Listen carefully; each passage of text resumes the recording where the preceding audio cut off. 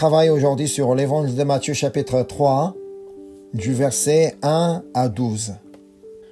Je lis le passage d'aujourd'hui. En ce temps-là, parut Jean-Baptiste prêchant dans le désert de Judée. Il disait, « Repentez-vous, car le royaume des cieux est proche. » Jean est celui qui avait été annoncé par Ésaïe, le prophète, lorsqu'il dit, « C'est ici la voix de celui qui crie dans le désert. Préparez le chemin du Seigneur, aplanissez ses sentiers. » Jean avait un vêtement de poil de chameau et une ceinture de cuir autour des reins. Il se nourrissait de sauterelles et de miel sauvage. Les habitants de Jérusalem, de toute la Judée et de tout le pays des environs du Jourdain se rendaient auprès de lui et confessant leurs péchés, ils se faisaient baptiser par lui dans le fleuve de Jourdain. Mais voyant venir à son baptême beaucoup de pharisiens et de séducéens, il leur dit, « Race de vipères, qui vous a appris à fuir la colère à venir ? Produisez donc du fruit digne de la repentance et ne prétendez pas dire en vous-même, « Nous avons Abraham pour père ». Car je vous déclare que c'est pire si Dieu peut susciter des enfants à Abraham. Déjà la cognée est mise à la racine des arbres. Tout arbre donc qui ne produit pas de bons fruits sera coupé et jeté au feu. Moi, je vous baptise tout pour vous amener à la repentance. Mais celui qui vient après moi est plus puissant que moi, et je ne suis pas digne de porter ses souliers. Lui, il vous baptisera du Saint-Esprit et du feu. Il a son vent à la main, il nettoiera son air, et il amassera son blé dans le grenier, mais il brûlera la paille dans un feu qui ne s'éteint point. Amen. Voilà, en passant au chapitre 3, on fait mention d'une personne nommée Jean-Baptiste. D'après le verset 3, on sait qu'il est celui qui avait été annoncé par Ésaïe. Je relis le verset 3. Jean est celui qui avait été annoncé par Ésaïe. Le prophète, lorsqu'il dit « C'est ici la voix de celui qui crie dans le désert, préparez le chemin du Seigneur, aplanissez ses sentiers. » En fait, ici, Matthieu a beaucoup simplifié ce qui a été annoncé par le prophète Ésaïe. On va donc aller voir la version originale de cette prophétie. On va aller voir Ésaïe chapitre 40 du verset 3 à 5.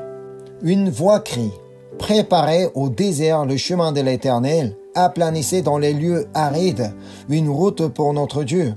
Que toute vallée soit exaucée et que toute montagne et toute colline soient abaissées, que les coteaux se changent en plaine et les défilés étroits en vallons. Alors la gloire de l'Éternel sera révélée et au même instant, toute chair la verra, car la bouche de l'Éternel a parlé. » Et voilà, celui qui devait crier dans le désert était Jean-Baptiste. Ici, Matthieu, il a beaucoup simplifié cette prophétie. Par contre, Luc, dans sa version, il en a développé un peu plus. D'après le verset 1 du passage d'aujourd'hui, on apprend que Jean-Baptiste a crié dans le désert exactement comme il a été prophétisé. On revient au passage d'aujourd'hui, Matthieu chapitre 3, verset 1. Je lis, « En ce temps-là parut Jean-Baptiste, prêchant dans le désert de Judée. » On l'appelle Jean-Baptiste parce qu'il a baptisé les gens. Comme nous pouvons lire dans le passage d'aujourd'hui, il était là pour baptiser les gens. Et le verset 4 décrit son apparence ainsi. Le verset 4. Jean avait un vêtement de poil de chameau et une ceinture de cuir autour des reins. Il se nourrissait de sauterelles et de miel sauvage. Ici, la question, pourquoi autant de descriptions sur ce personnage? Il est rare de décrire un tel personnage avec sa façon d'habiller.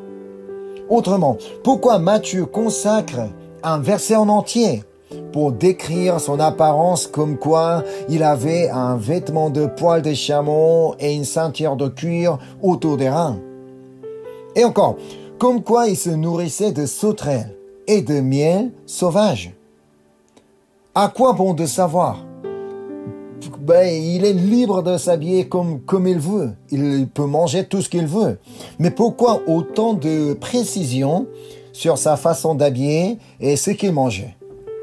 Tout d'abord, parce que Matthieu a voulu mettre l'accent sur le fait que Jean-Baptiste vivait dans le désert. Dans le désert, on n'a pas grand-chose à manger. Alors Jean-Baptiste était censé de se nourrir de sauterelles et de miel sauvage. Donc en rapportant cette description qu'il voulait donner aux lecteurs, comme quoi Jean-Baptiste est quelqu'un qui vivait réellement dans le désert. Matthieu n'en parle pas. Par contre, Luc écrit dans sa version que Jean-Baptiste a demeuré dans le désert. C'est ce qu'on peut voir dans l'évangile de Luc, chapitre 1, verset 80. Or, l'enfant croissait. On parle de Jean-Baptiste. L'enfant croissait et se fortifiait en esprit. Et il demeura dans les déserts jusqu'au jour où il se présenta devant Israël. Le jour où il s'est présenté devant Israël était le jour où il a commencé à crier dans le désert comme il a été annoncé par le prophète Ésaïe. Alors, encore une fois, je repose la question. Quel intérêt de connaître sa façon de s'habiller? Un vêtement de poil de chameau et une ceinture de cuir autour des reins.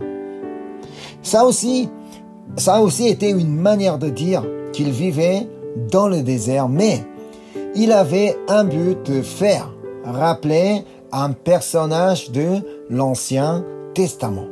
Parce que dans l'Ancien Testament, on parle d'un personnage qui avait une ceinture autour des reins. Car Jésus lui-même révèle ce qui était ce Jean-Baptiste à l'origine. C'est ce qu'on peut lire dans l'évangile de Matthieu, chapitre 11, versets 13 et 14. Comme quoi, Jean-Baptiste n'est pas quelqu'un au hasard qui vivait dans le désert et un jour il s'est décidé lui-même de venir crier « Allez, repentez-vous » et ce n'est pas au hasard qu'il était là. C'est Matthieu chapitre 11 versets 13 et 14. Jésus en révèle. Car tous les prophètes et la loi ont prophétisé jusqu'à Jean. Et si vous voulez le comprendre, c'est lui qui est l'Élie qui devait venir. Jean-Baptiste était l'Élie qui a été prophétisé dans l'Ancien Testament. Alors, passons au chapitre 17. Matthieu chapitre 17, du verset 10 à 13. Les disciples lui firent cette question. Pourquoi donc les scribes disent-ils qu'Élie doit venir premièrement? Il répondit, il est vrai qu'Élie doit venir et rétablir toutes choses. Mais je vous dis qu'Élie est déjà venu, qu'ils ne l'ont pas reconnu et qu'ils l'ont traité comme ils ont voulu. De même, le Fils de l'homme souffrira de leur part. Les disciples comprirent alors qu'il leur parlait de Jean-Baptiste. En fait, Jean-Baptiste était Élie qui devait venir comme il a été annoncé par le prophète Malachie. Encore une fois, Matthieu met l'accent sur l'accomplissement des prophéties. Donc, c'est ce que nous avons étudié dans le chapitre 1 et 2. Matthieu souligne comme quoi les prophéties ont été réalisées. C'est ce qu'il reprend à chaque fois. Encore une fois ici, Matthieu met l'accent sur l'accomplissement des prophètes, des prophéties. Donc c'est ce qu'on va aller voir Malachie, chapitre 4, versets 5 et 6. Voilà ce qui a été prophétisé. Voici, je vous enverrai Élie, le prophète, avant que le jour de l'Éternel arrive. Ce jour grand et redoutable. Il ramènera le cœur des pères à leurs enfants et le cœur des enfants à leurs pères, de peur que je ne vienne frapper le pays d'interdit. C'est pourquoi le message de Jean-Baptiste était bien clair et simple. Un message qui ramène le cœur des pères à leurs enfants et le cœur des enfants à leurs pères. Alors ici encore une question. Qui sont ces pères et ses enfants que parlait ici. En fait, les Israélites appellent leurs ancêtres comme leurs pères. C'est ce qu'on peut constater d'après les Actes chapitre 3, verset 13. On va aller voir l'Acte des Apôtres, chapitre 3, verset 13. L'Acte des Apôtres, chapitre 3, verset 13. Le Dieu d'Abraham, d'Isaac et de Jacob, le Dieu de nos pères. Voilà, ils appellent leurs ancêtres comme des pères. Et c'est pourquoi donc ramener le cœur des pères à leurs enfants, vous dire, ramener le zèle que leur père avait, l'amour envers Dieu que leur père avait, la foi que leur père avait en Dieu aux Israélites de l'époque. Car ils étaient perdus et égarés à l'époque. À l'époque où Jésus-Christ allait venir au monde, c'était vraiment à l'époque où les Israélites étaient vraiment perdus spirituellement. Ils étaient égarés spirituellement. Ils étaient complètement obscurcis spirituellement. Alors, le message que Jean-Baptiste permettait que le cœur des pères revienne à leurs enfants et encore le cœur des enfants à leur père. Alors, quel était ce message? Revenons au passage d'aujourd'hui, dans l'évangile de Matthieu, chapitre 3, verset 2. C'est ce message qui permettait que le cœur des pères donc à ses enfants et le cœur des enfants à leur père. C'est ça le message, Matthieu chapitre 3, verset 2. Il disait, « Repentez-vous, car le royaume des cieux est proche. » Son tout premier message était « Repentez-vous ». Pourquoi? Parce qu'il y avait des gens qui ne se repentaient pas. Ils ne savaient pas ce que c'était la repentance. Le premier mot qu'il a choisi pour prêcher était la repentance, parce que c'est ce que Dieu attendait au peuple d'Israël. Nous pouvons lire quelle est l'importance de se repentir d'après le verset 3 où on reprend la prophétie d'Ésaïe. Donc le verset 3. Jean est celui qui avait été annoncé par Ésaïe, le prophète, lorsqu'il dit, c'est ici la voix de celui qui crie dans le désert. Préparez le chemin du Seigneur, aplanissez ses sentiers. Voilà, la repentance est le moyen de préparer le chemin du Seigneur et d'aplanir ses sentiers. Car c'est ainsi que le royaume des cieux peut venir. Je m'arrête un instant sur le mot « le royaume des cieux ». Je ne sais pas si vous avez déjà remarqué que Matthieu est le seul qui emploie cette expression « royaume des cieux ». Parce que dans d'autres versions d'évangile, on parle plutôt « royaume de Dieu ». Matthieu est le seul qui dit « royaume des cieux ». Tandis que les autres évangélistes n'en disent pas comme ça. C'est parce que, comme j'en ai déjà expliqué, l'évangile de Matthieu est une version destinée aux Juifs à la base. Les Juifs sont très stricts en termes d'utilisation du mot Dieu. Ils n'osent même pas en prononcer comme nous le faisons très facilement. Nous employons très facilement le mot Dieu. Dieu est bon, Dieu est amour, tout ça. Mais les Juifs n'osaient même pas d'en prononcer, car pour eux, observer la loi de Dieu est plus important que tout. Autrement, car ils connaissaient la loi écrite dans Exode chapitre 20, verset 7. On va aller voir. Exode chapitre 20, verset 7. C'est la loi. C'est d'après cette loi, les Juifs n'osaient pas prononcer le nom de Dieu. Exode chapitre 20, verset 7. Je lis. Tu ne prendras point le nom de l'Éternel ton Dieu en vain, car l'Éternel ne laissera point impuni celui qui prendra son nom en vain. C'est ça. C'est pourquoi ils avaient peur de prononcer son nom, de peur de prononcer le nom du Seigneur en vain, le nom de l'Éternel en vain. Et lorsqu'ils lisent les Écritures, nous pouvons lire la parole de Dieu rien qu'avec nos yeux. Mais eux, les Juifs, lorsqu'ils lisent les Écritures, ils lisent à haute voix. Et au moment où ils arrivent à un verset où le nom de l'Éternel est écrit, on ne le lit pas et on le saute pour passer au mot suivant. Comme si on fait un muet. Donc on passe ce mot pour ne pas prononcer. Et encore, pour ceux qui transcrivent les Écritures, parce que pour pouvoir faire des copies, tout ça, il fallait transcrire. Pour ceux qui transcrivent les Écritures, il faut quand même qu'ils écrivent le mot Yahweh. On ne peut pas sauter ce nom pour écrire le prochain mot. Alors, ils étaient censés écrire. Alors, après avoir écrit le nom Yahweh, on changeait tout de suite la plume pour écrire le mot suivant. C'est ainsi que pour les Juifs, le nom de l'Éternel était tellement important et qu'ils avaient même peur d'en prononcer, même d'en utiliser en vain. Les pharisiens et les scribes que parlent les évangiles étaient ceux qui observaient ainsi la loi de Dieu. C'était pareil pour les Juifs. À l'époque de Jésus, n'osaient pas de prononcer le nom du Seigneur, le nom de l'Éternel si facilement.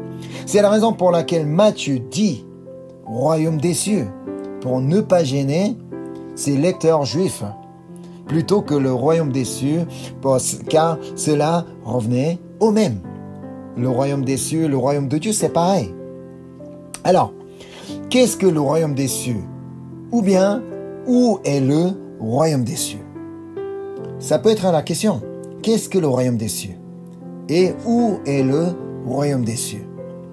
Il se trouve vraiment dans les cieux. Est-ce qu'on peut monter très haut pour aller trouver le royaume des cieux?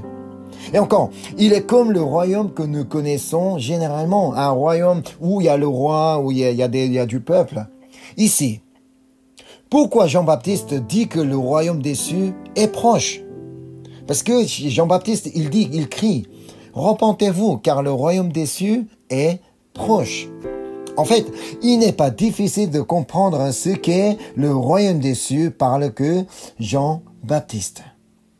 La réponse est dans le passage d'aujourd'hui. On revient à Matthieu chapitre 3, verset 11.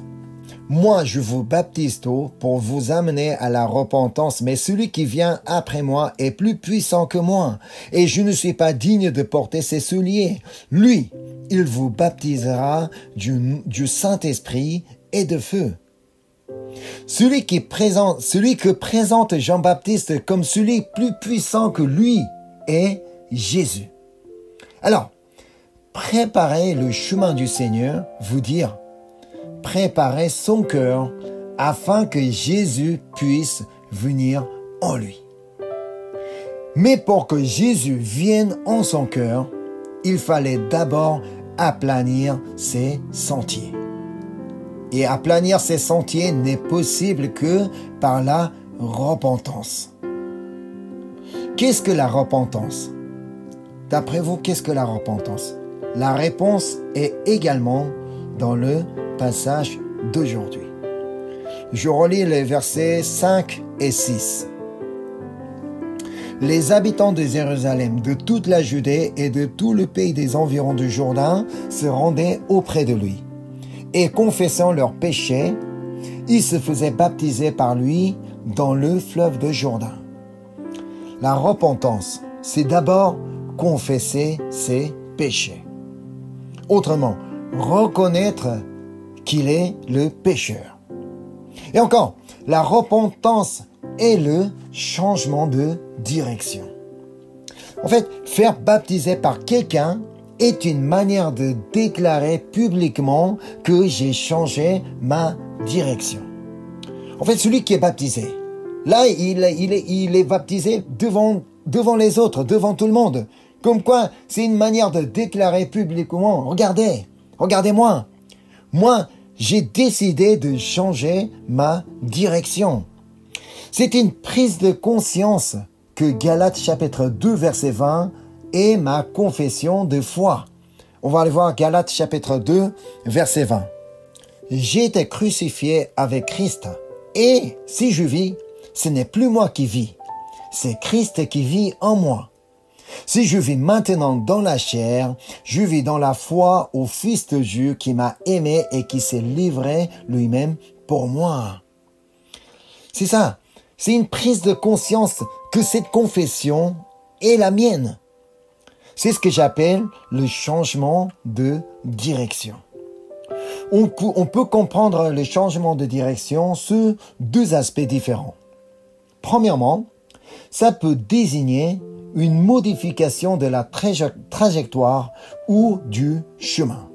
Ça veut dire, alors qu'auparavant, je poursuivais la réalisation de mon propre rêve, je marche désormais pour accomplir le rêve du Seigneur. Ma direction vers laquelle je me dirige est changée. Autrefois, je marchais pour satisfaire mes désirs charnels, mais désormais, je marche pour satisfaire Dieu. Et encore, je me dirigeais vers les péchés sans être conscient que cela amène à la perdition. Mais maintenant, je me dirige vers le Seigneur qui est le chemin, la vérité et la vie, tout en luttant contre le péché. Puisque j'ai déclaré publiquement que j'ai changé la direction.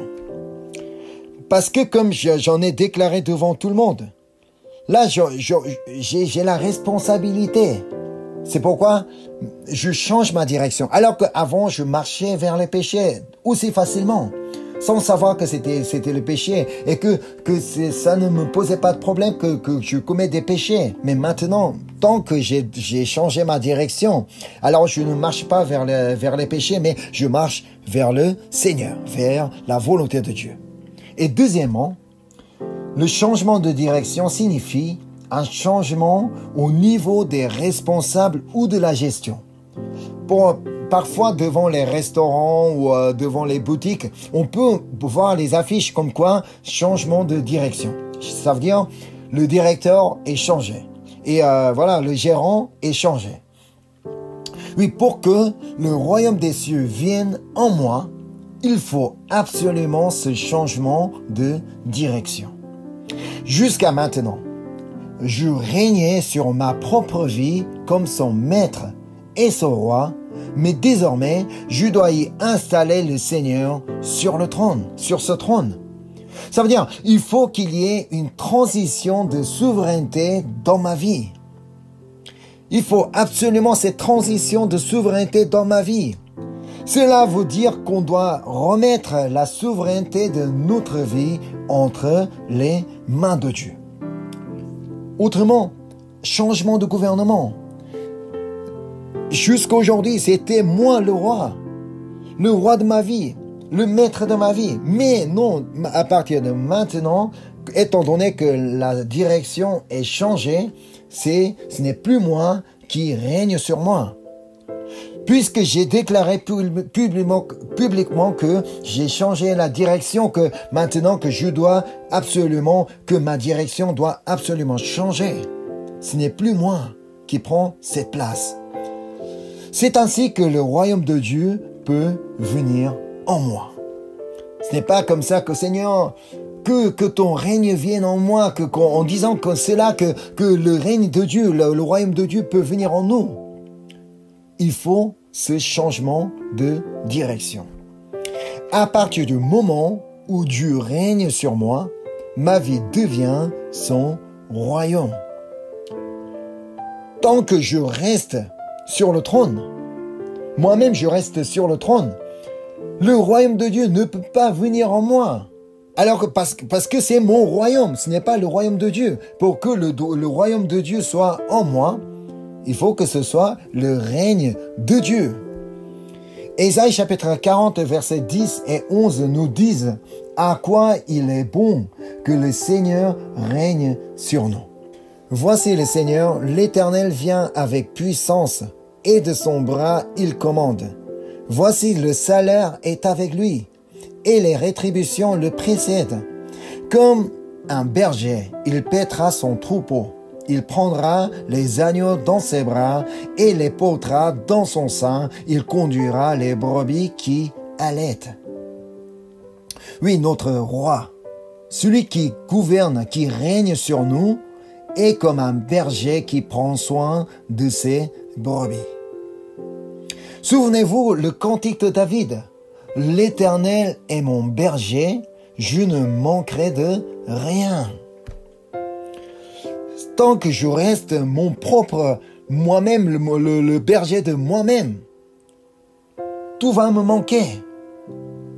Mais l'Éternel est mon berger, je ne manquerai de rien. Pour David, le royaume de Dieu était déjà en lui. Il avait déjà connu un changement de direction dans sa vie. Allons voir ensemble Psaume 23 du verset 1 à 6. Psaume 23 du verset 1 à 6.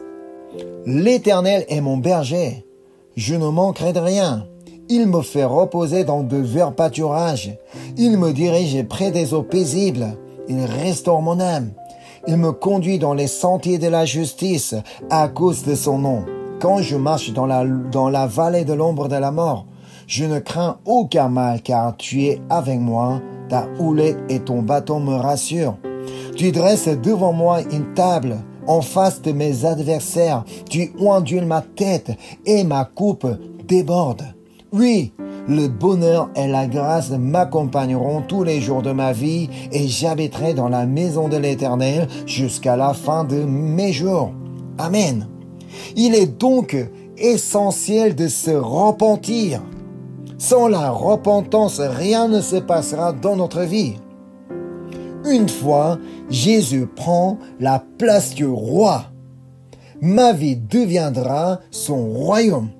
Alors, je ne manquerai de rien.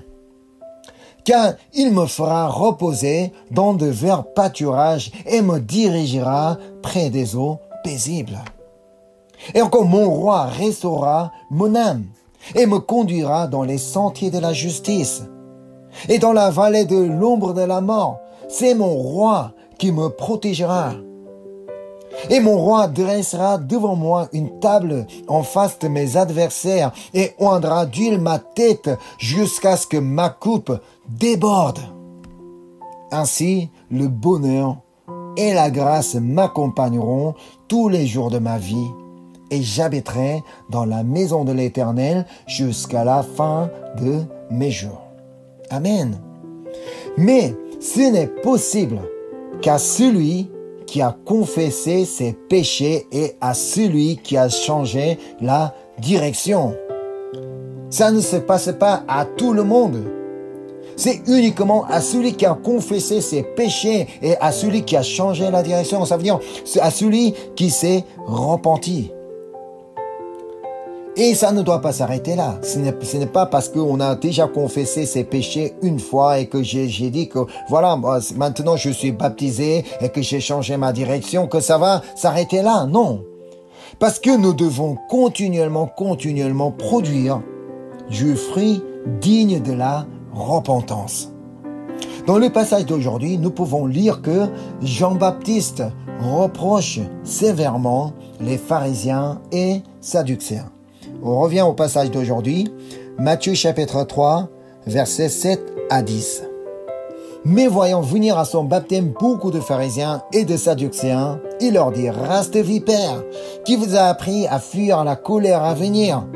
Produisez donc du fruit digne de la repentance, et ne prétendez pas dire en vous-même, nous avons Abraham pour père, car je vous déclare que de ces pieds-ci, Dieu peut susciter des enfants à Abraham. Déjà la cognée est mise à la racine des arbres. Tout arbre donc qui ne produit pas de bons fruits sera coupé et jeté au feu.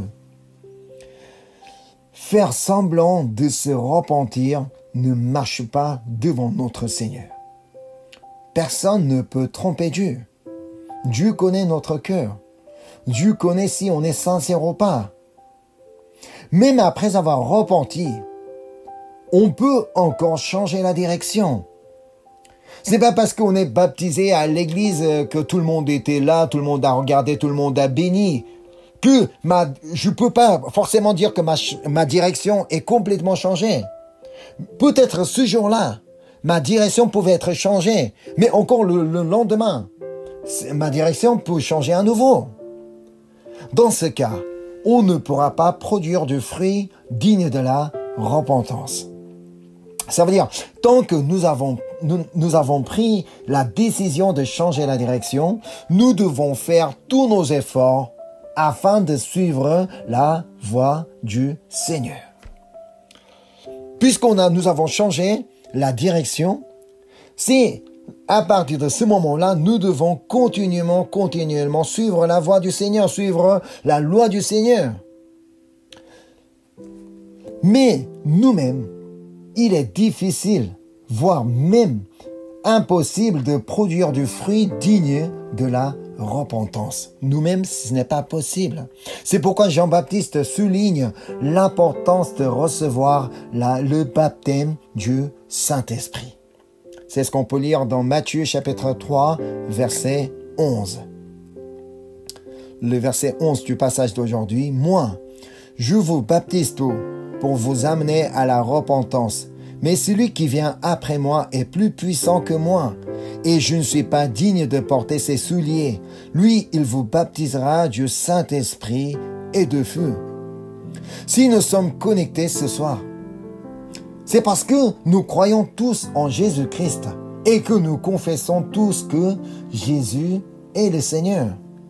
C'est la preuve que nous avons reçu le Saint-Esprit. Si nous n'avions pas reçu le Saint-Esprit, on n'allait jamais confesser que Jésus est le Seigneur, que Jésus est mon roi, et qu'on n'allait jamais nous connecter ce soir comme ça pour étudier la parole de Dieu. Mais la question, est-ce que dans ma vie, est-ce que je porte les fruits de l'Esprit Saint?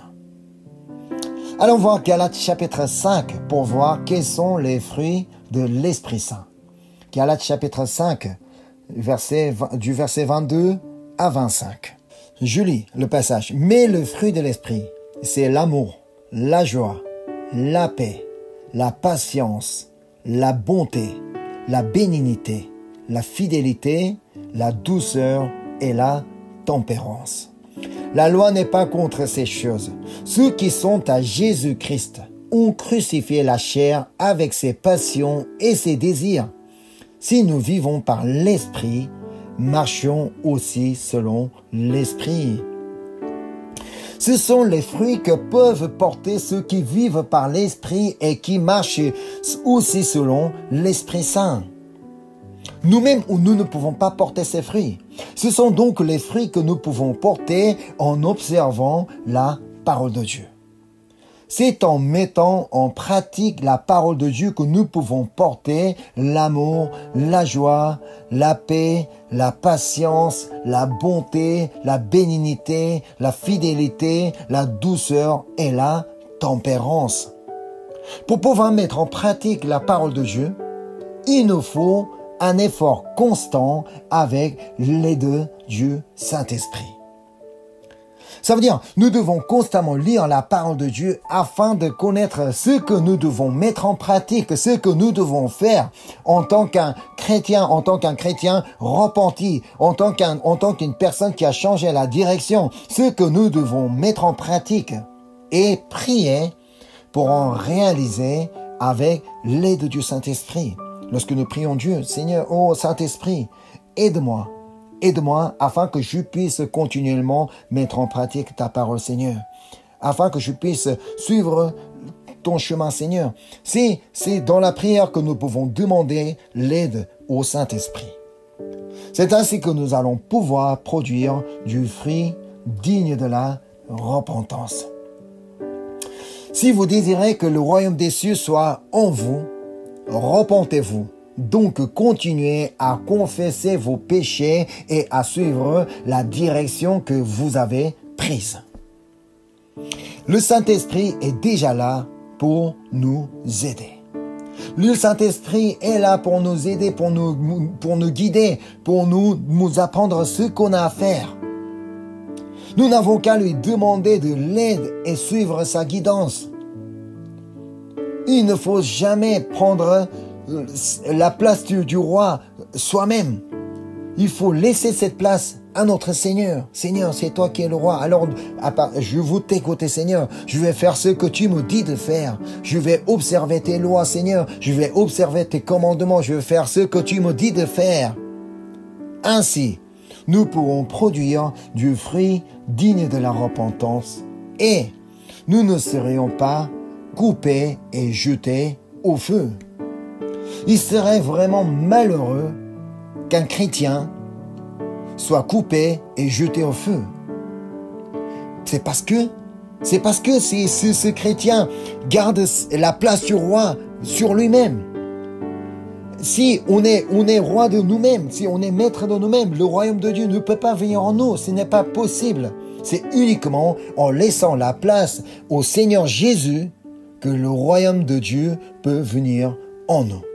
Alors aujourd'hui, à partir d'aujourd'hui, il est important que nous nous repentions et que nous confessions nos péchés et que nous changions notre direction. C'est ainsi que le royaume de Dieu viendra en nous et que nous allons pouvoir jouir tout ce qu'on peut jouir dans le royaume de Dieu. Amen. Je vais prier. Seigneur, merci. Merci pour le message que tu nous as donné. Nous ne voulons jamais oublier ce que tu as fait proclamer par Jean-Baptiste. Repentez-vous, car le royaume des cieux est proche. Nous ne voulons jamais en oublier, Seigneur. Nous voulons toujours garder dans notre tête que pour que ton royaume vienne en nous, nous ne voulons jamais prendre la place du roi, Seigneur. Nous voulons toujours te laisser cette place que pour que tu sois notre Seigneur, pour que tu sois notre roi, pour que tu sois notre maître.